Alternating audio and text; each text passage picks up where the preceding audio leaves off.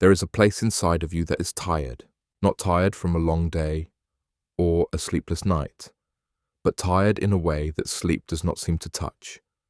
Tired in the kind of way that hides behind a busy schedule and only surfaces when everything finally goes quiet.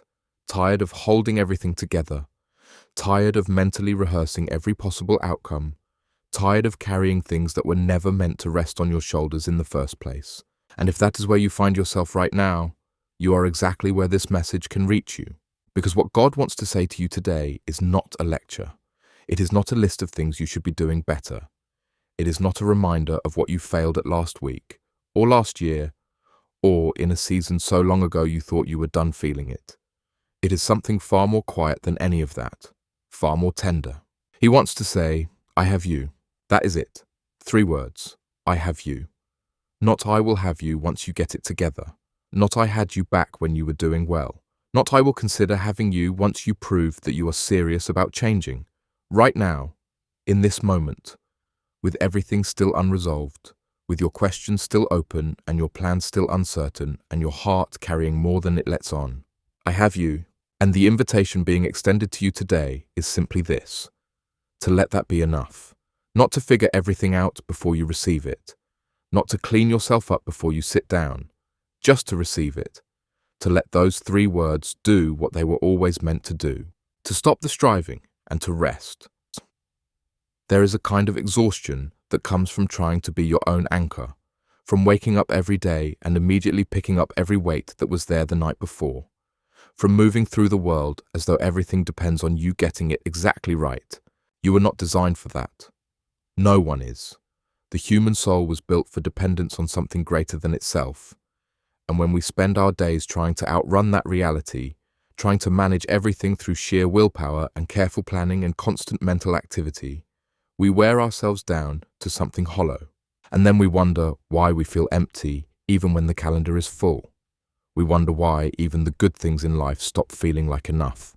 We wonder why sleep does not fully restore us, why achievements do not fully satisfy us, why relationships that should be nourishing still leave something unfilled on the inside. It is because we were made for a rest that goes all the way down.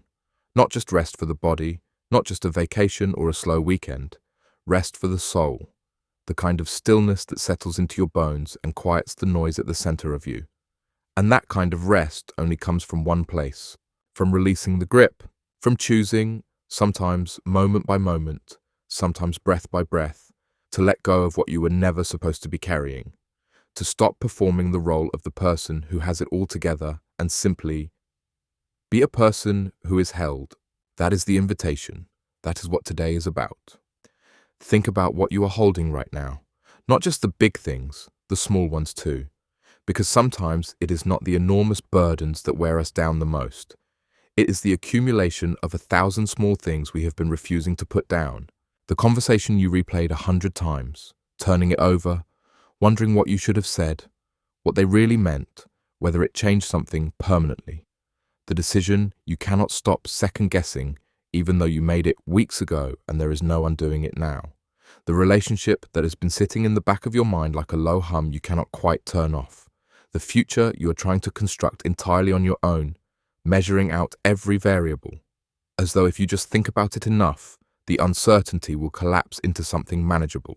The version of yourself you feel like you need to become before you can finally exhale. What if you did not have to figure all of that out today?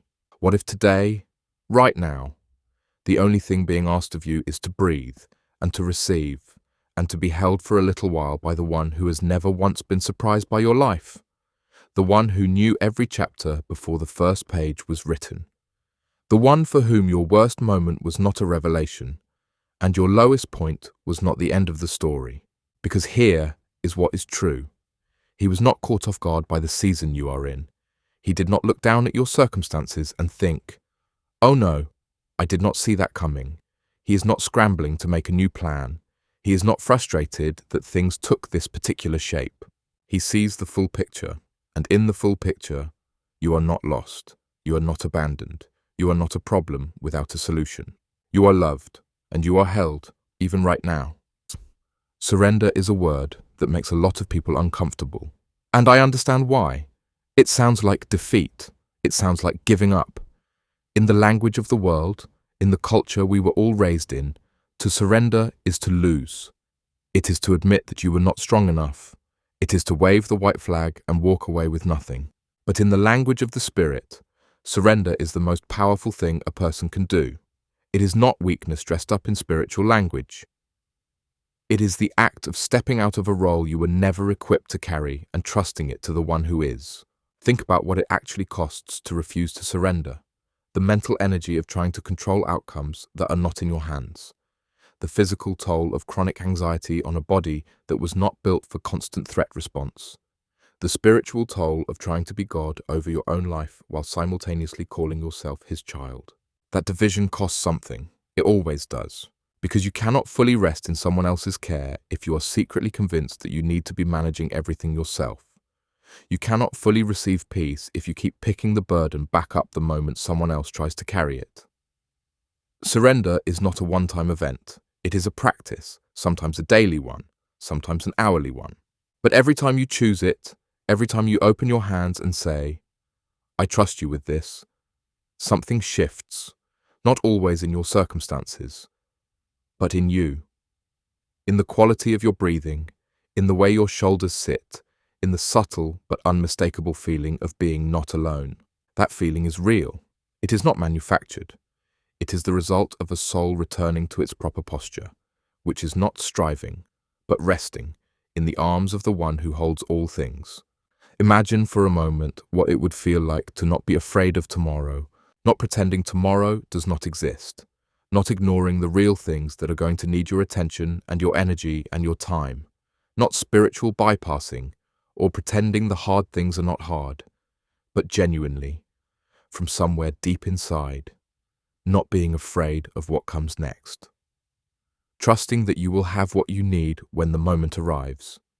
Trusting that the path will become clear when you take the next step, even if it is not clear from here. Trusting that you are not walking through your life alone, and that the one walking with you has already been to the places you have not yet reached. That is not naivety. That is not wishful thinking. That is not the kind of faith that pretends everything is fine when everything is not fine. That is what it actually feels like to live inside the peace that has been made available to you. Peace that does not require the circumstances to line up perfectly before it activates. Peace that exists right in the middle of the mess. Peace that does not make sense by the world's standards because the world's version of peace is always conditional on something external. This peace is different. It is not built on what is happening around you. It is built on who is with you. And He is with you, right now, in this moment, in this room, in the quiet places of your heart that you have not let anyone else into. He is already there. Let us talk about the noise for a moment. Because we live in a world that is extraordinarily loud. And I'm not just talking about decibels. I mean the noise of other people's opinions about how your life should look. The noise of comparison, of timelines, of metrics and benchmarks, and the constant low-level pressure of feeling like everyone else is ahead of you somehow. The noise of what you should have accomplished by now. The noise of who you should be becoming and how fast and in what direction. The noise of social media that shows you someone else's highlight reel on your darkest Tuesday. The noise of a culture that tells you your value is directly tied to your output. And underneath all of that external noise, there is often an internal noise. The voice of your own fear, the voice of old wounds that never fully healed and show up in ways you do not always recognize as grief. The voice of shame, that particular voice that whispers you are behind, you are not enough, you should be further along, you should have known better, you should be more by now. All of that noise has one goal, to keep you from the stillness where you can actually hear what is true. Because in the stillness, the noise loses its power. In the stillness, you can hear the difference between what fear is saying and what truth is saying. You can feel the difference between the crushing weight of striving and the lightness, the actual lightness, of grace. You can remember, really remember, not just intellectually but somewhere in your body, who you are and whose you are, and that remembering changes things. It does not change your circumstances overnight, but it changes the way you move through them. It changes the lens. It changes the posture. It changes the quality of every single moment. And that is not a small thing. That is everything. If you have been running for a long time, this is your permission to stop. Not to stop caring, not to stop showing up for the people and the work and the calling that matter to you, but to stop the frantic, anxious, exhausting running that is being driven by fear rather than by purpose. To stop moving at the pace of panic and start moving at the pace of peace. Because fear will keep you moving, but never arriving. Fear will keep you busy, but never truly fulfilled. Fear will tell you that if you slow down for even a moment, something important will slip through your fingers. Something will fall apart. Something will be lost that cannot be recovered. But that is a lie. That is the anxiety talking. And the anxiety does not know the end of your story. Purpose is different. Calling is different. When you are moving from a place of genuine surrender, from a foundation of trust rather than terror, you can work hard without running ragged. You can care deeply without being consumed. You can be fully present with the people in your life instead of being physically in the room but mentally somewhere else. Somewhere 10 steps ahead and already rehearsing what could go wrong. Rest and purpose are not opposites. They were never meant to be. The most fruitful seasons of your life will not be the ones where you burned the brightest and crashed the hardest. They will be the ones where you moved steadily, rooted deeply, trusting completely that the harvest belongs to God and your job is simply to show up faithful. That is the life you were made for, not the burning out version, the sustained, meaningful, deeply rooted version. And it is not too late to move into it. It is never too late for that. Some of you have been waiting for a sign, waiting for something external to shift before you allow yourself to feel okay, waiting for the relationship to heal before you let yourself feel hopeful, waiting for the finances to stabilize before you let yourself feel settled, waiting for the health to improve, or the situation to resolve, or the person to change, or the answer to finally arrive.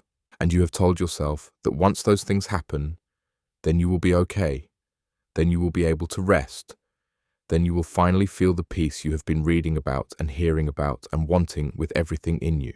And I want to say this to you with as much love as I can hold in these words. The okay is already available to you, right now, before any of that changes. Not because your circumstances do not matter. They do. Not because your pain is not real. It is real, it is valid, it belongs to you, and it does not need to be minimized.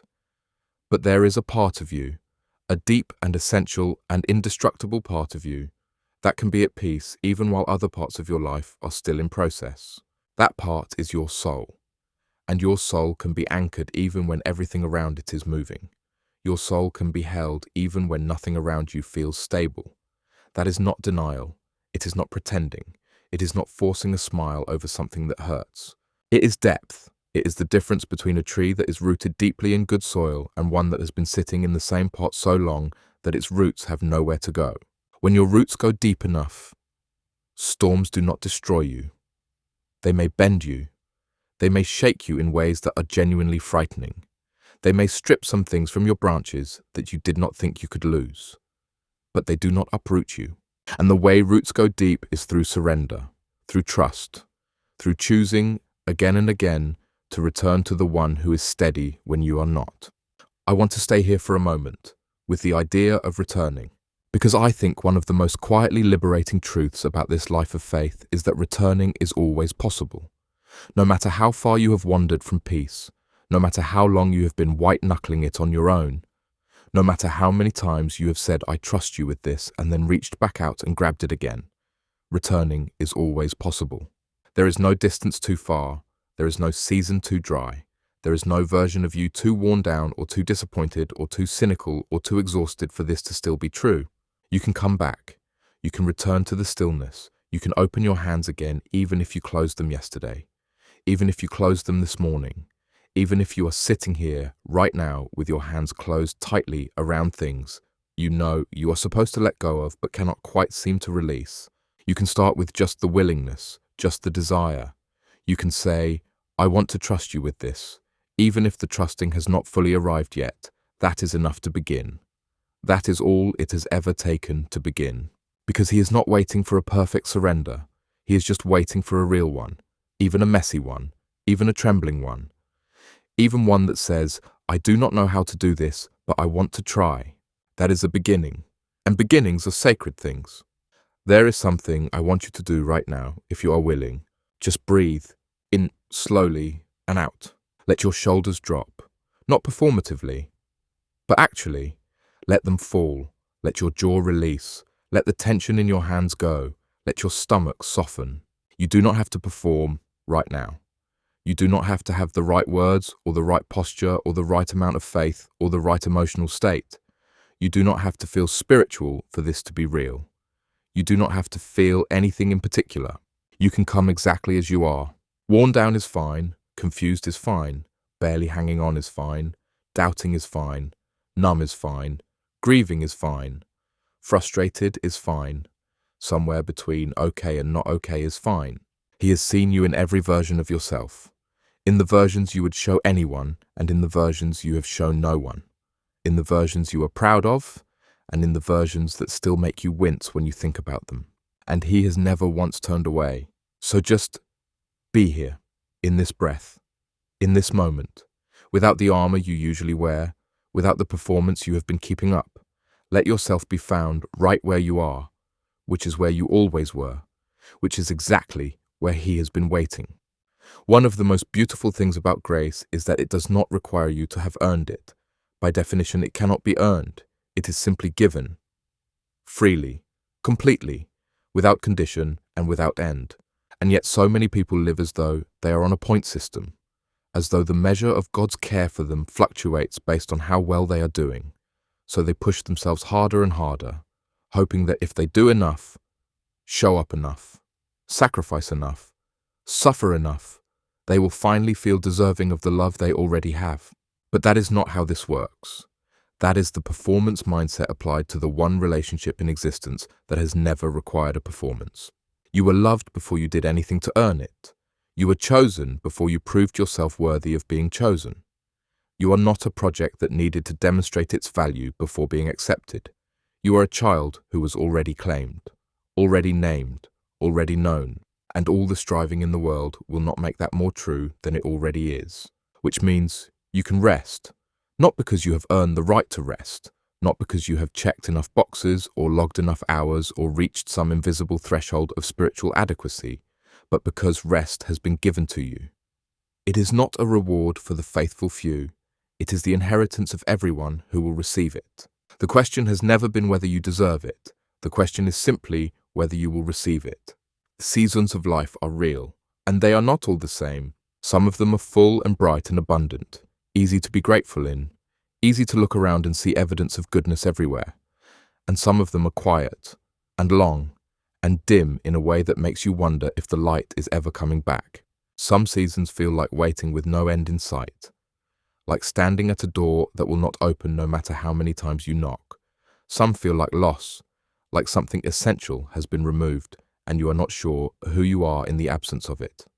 Some feel like standing in a field where you cannot see anything growing, where the ground is still and silent and you are doing everything you know how to do and there is no visible fruit. Those seasons are not punishment. That silence is not rejection. The lack of visible movement is not evidence that nothing is happening. It is the seasons of hiddenness where the deepest work gets done, where character is formed in ways that ease and comfort never could form it, where dependency on the Father becomes not just a theological concept you know in your head, but a lived and felt and embodied experience, where you discover that you can endure things you never thought you could endure, not because you found some reserve of strength you did not know you had, but because you are held by someone whose strength is without limit. And on the other side of those seasons, there is always something new. Always. Not always what you expected. Not always the shape you had in mind. Sometimes something smaller than you hoped for. And sometimes something so much larger than what you imagined that you can barely take it in. But always something. Because he does not leave stories unfinished. He does not begin a work and abandon it in the middle. He is not a God of half-completed things. He finishes what he starts, and he started something in you. Let us talk about peace one more time, because it is the thing most of us say we want, and the thing we most consistently chase in the wrong direction. We chase peace through control. If I can just manage this situation perfectly, if I can anticipate every variable and account for every risk and prepare for every possibility, then I will feel at peace. So we plan, and we overplan, and we contingency plan, and we catastrophize. And at the end of all that mental effort, we are still not at peace. We are more anxious than when we started. Because control is a door that never fully closes. We chase peace through accomplishment. If I can just reach that milestone, finish that goal, hit that number, prove that particular thing to myself or to the people whose opinions I have given too much weight, then I will feel settled. But the milestone gets reached and there is a brief moment of satisfaction. And then the next thing appears on the horizon and we start running again. Because accomplishment is a door that never fully closes either. We chase peace through approval. If the right people see me in the right way, if I can manage how I am perceived, if I can make sure no one is disappointed in me, then I will feel okay. But approval is the most fragile foundation of all, because people change their minds. Because you cannot control what others think, no matter how carefully you manage your image, because living for approval is a life lived at the mercy of everyone else's mood. Real peace, lasting peace, the kind that does not evaporate when things go sideways, is not something you construct or earn or achieve. It is something you receive. It flows from a relationship, from the settled knowledge that you are known and loved and held by one who does not change, one whose opinion of you was formed before the world began and has not shifted since. That peace is available to you right now, not after things calm down, not once you get your life together, not on the other side of the hard season, right now, in the middle of all of it. You can have it if you will open your hands and release the things you have been gripping so tightly, if you will say, I cannot hold all of this anyway, so I am going to let the one who can. There is something that happens to us over time when we have been living in survival mode for too long. We start to forget what it feels like to be genuinely at rest. The baseline shifts. What used to feel like stress starts to feel like normal. The tension in the chest, the low-level vigilance, the constant scanning for what could go wrong.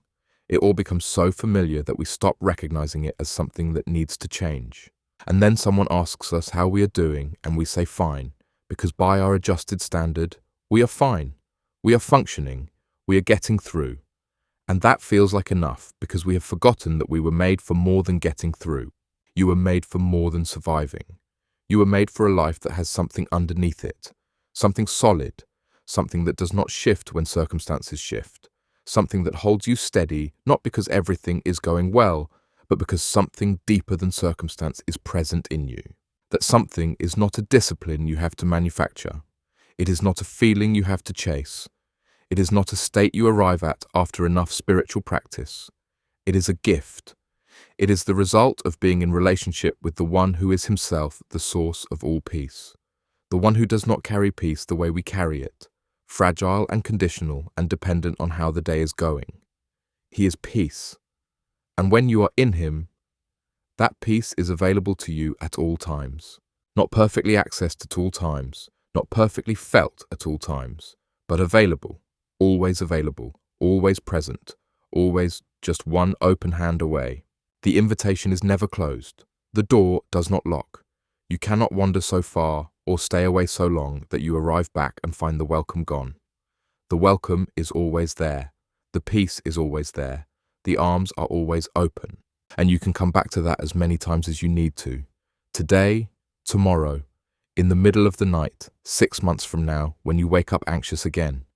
You can come back. You can receive again. You can be held again. That is not weakness. That is wisdom. That is what it looks like to actually live the life of faith rather than just understand it from a distance. I want to speak to the person who has been disappointed, not just once, but repeatedly. The person who has hoped for something, prayed for something, believed for something, and watched it not arrive the way they expected. The person who is carrying a quiet grief that they have not fully named because naming it feels too close to admitting that things did not go the way they needed them to go. You are allowed to grieve that. You do not have to pretend the disappointment is not real. You do not have to rush past it with a spiritual platitude or a quick pivot to gratitude. The disappointment is real. The longing is real. The ache is real. And it is held too. Every part of you is held. Not just the grateful parts, not just the faith-filled parts, not just the parts that have it together, the grieving parts, the confused parts, the parts that are still waiting and do not know how much longer they can wait. All of it is seen, all of it is known, none of it is too much. And the promise is not that everything will look exactly the way you needed it to look. The promise is that you will not be alone in it, that you will be carried through it, that what feels like an ending has not been the final word, that the grief you are carrying has a purpose even when that purpose is invisible to you. You are not forgotten. You are not overlooked. You are not a mistake. You are not someone whose prayers bounce off the ceiling. You are loved by a God who has not missed a single moment of your life, who has been present in every ordinary Tuesday and every devastating midnight and every quiet in between, who has been with you even in the seasons when you could not feel him. He has been there. He is here now, and he is not going anywhere. He has been there. He is here now, and he is not going anywhere. I also want to say something about the ordinary moments, because we tend to think of peace as something that belongs to the mountaintop, something that arrives in the dramatic spiritual moments, the breakthroughs, the answered prayers, the moments where you can feel the presence of God so tangibly that doubt seems impossible. And those moments are real. They are gifts. But the truth is that God is not only present in the dramatic, he is present in the ordinary, in the unremarkable Tuesday morning, in the grocery run and the commute and the pile of laundry and the email inbox, in the small in-between moments that make up the majority of every life. And learning to find him there, learning to practice the awareness of his presence in the unglamorous minutes of a regular day, that is one of the most transformative things a person can do, not because it is easy, because at first it is not easy at all. The mind wanders, the busyness pulls, the to-do list asserts itself, the ordinary feels very ordinary and very far from holy. But the more you practice, the more you intentionally return your awareness to the fact of his presence in the everyday, the more your ordinary life begins to feel like sacred ground. The more you realize that you have been standing on holy ground all along and just did not notice. Peace is not only for the mountaintop, it is for the valley, it is for the commute, it is for the moment before you answer that difficult phone call, it is for the quiet between putting the kids to bed and finally sitting down. It is for all of it, because he is in all of it. He was never only in the highlighted moments, he has been in the small ones all along. And when you begin to see that, everything changes. Not because your circumstances have changed, but because you have changed, because the lens has shifted, because you are walking through the same life, but you are no longer walking through it alone. And that is not a small thing. That is the whole thing. If there is one thing I hope you carry from this time together, it is this. You do not have to figure out your entire life today. You do not have to have all the answers or resolve all the tensions or make sense of every season. You do not have to perform your way into acceptance or earn your way into peace or achieve your way into worth. You just have to trust, one day at a time, one moment at a time, one breath at a time, that you are not alone in this, that the one who set the stars in place has not forgotten your name, that your story matters, that the thread is not lost even when you cannot see the pattern, that the silence is not absence, that the waiting is not abandonment, that the difficulty is not punishment, and that in every moment, including this one, including the hard ones and the confusing ones and the ones that feel like too much, you are already held. Not because you earned it, not because you figured it out, not because you have the right answers or the perfect faith or the cleanest record, simply because he said so. And his word is the most stable thing in the universe. More stable than your circumstances, more stable than your feelings, more stable than the noise inside your head that tells you to be afraid. So breathe. Let your shoulders fall. Let the weight go, even if just for right now, even if just for this moment. Let it go, and trust that the arms holding you are stronger than anything you have been carrying. You are already held. You have always been held, and you always will be.